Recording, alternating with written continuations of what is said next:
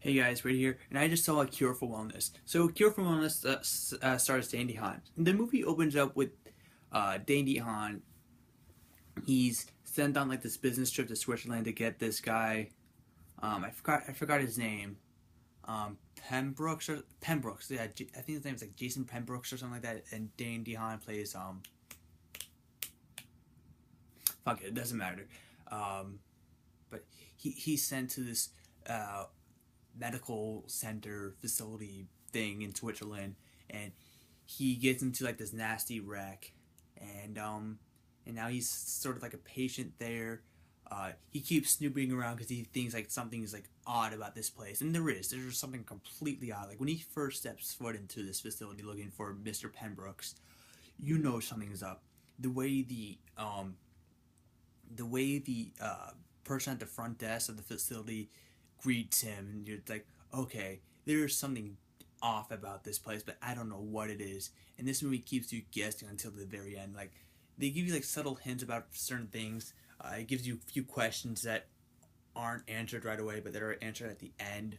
Um, this is definitely one of those movies that you have to see again. When I first, well, to understand it, when I first saw the trailer to this movie when it was released back in like I don't know, maybe like sometime during the summer, uh, I didn't want to see the trailer. It was like uploaded on YouTube. I was like, you know what, fuck it, I'm gonna watch the trailer. So I watched the trailer, and you hear I Want to Be Sedated, like the very slow ambient uh, version of I Want to Be Sedated by Ramones, instead of some lady singing it. And I like this movie has my curiosity, and I haven't seen a trailer for that movie since that trailer came out. And then I of course saw it again when I saw Rings, because they had the trailer for it for Rings. And it's like, and they said like the car crash. Like, wow, okay, this movie has my attention again. This I'm glad I saw this movie. This movie is beautiful. The cinematography, the color palette, it's just like all green and stuff like that. And green is my favorite color, but it's just a very dark and gothic movie. Like it's like a very odd movie. Like not a lot of movies like this are made. This movie pretty much took a shot in the dark. It's not original, but it's different. It's not like a sequel. It's not like a remake. It's not anything. It's not an adaptation. It's not anything. It's just a completely semi-original movie, and it's just a breath of fresh air. This movie.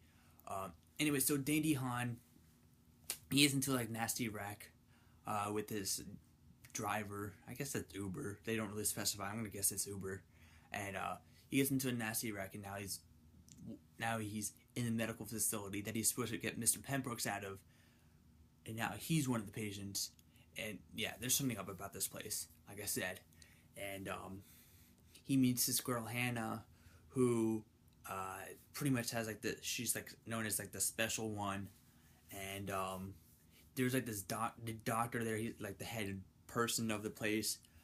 There's something off about this guy. Like this guy is just really, like, at first he's like relaxed, like, trust me, all this shit. And then Daniel's like, no, I don't trust you. Um, you're doing like all these weird things to the people here. I don't agree with it and stuff like that.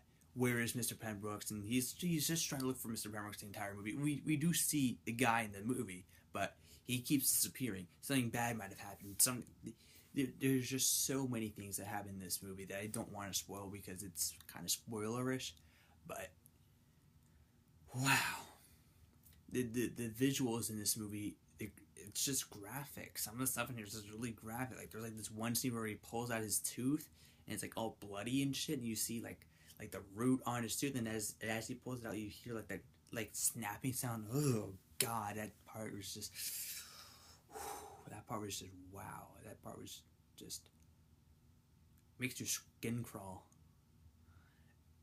Just stuff like that. It has that graphic content and gore, but it's not like really crappy looking gore. Like, you know how when you watch like a shitty slasher film, someone gets their arm cut off, you know it's like a rubbery arm, like, you know it's like a fake arm. This movie is realistic as fuck. And I'm not saying that someone gets their arm chopped off in this movie, or someone were to get their arm chopped off in this movie, it's gonna look fucking realistic. it's not gonna look rubbery and shit like that, and like Jaws 3, where the guy gets his arm bitten off in the beginning. No, this movie goes all out with the gore. Now, there's not a lot of gory moments, but I'm just saying there are a few scenes with gore, and it's like, wow. And there's also this really strange scene of him in this tube, in this. I'm just gonna say it. He's in this tube. There's like giant like silo, or I guess, and he's being like filled with water, and he has like this thing in his mouth. He's like, it's like an oxygen scene. It kind of reminds me of the scene from Mission Impossible 5, with a twist. If you guys seen the movie, you'll understand what I'm talking about. It's a very odd scene. It's just a very, very odd scene. Like, it comes out of nowhere.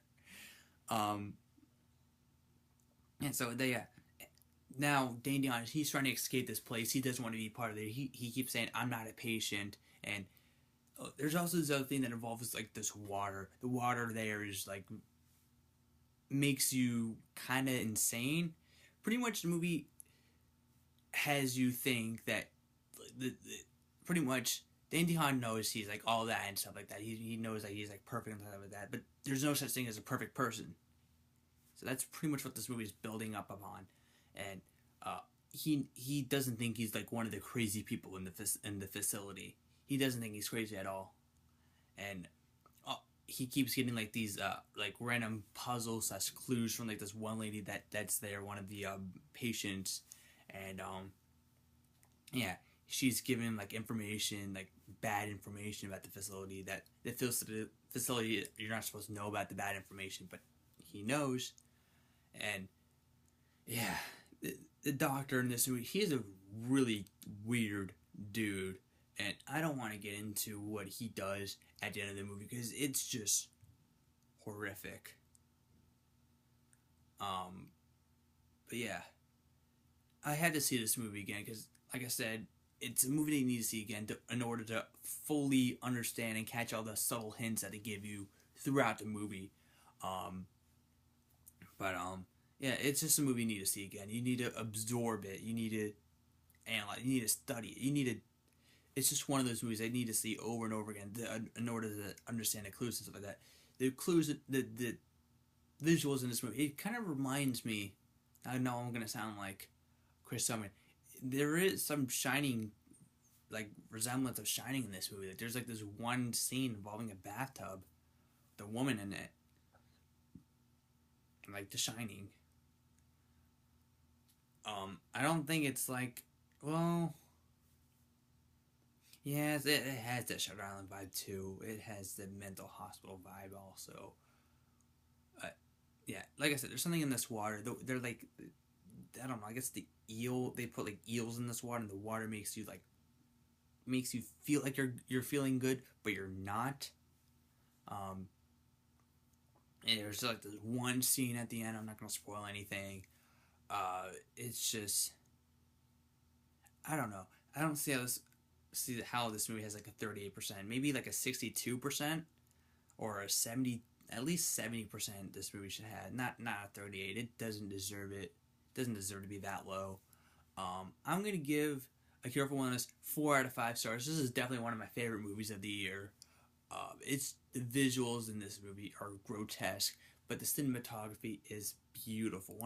It's one good looking movie. Like, so far this year, the best looking movies are Silence, this, and Live by Night. Both really great cinematography. So anyway, I'm gonna give Cure for Wellness 4 stars out of 5. Definitely worth seeing.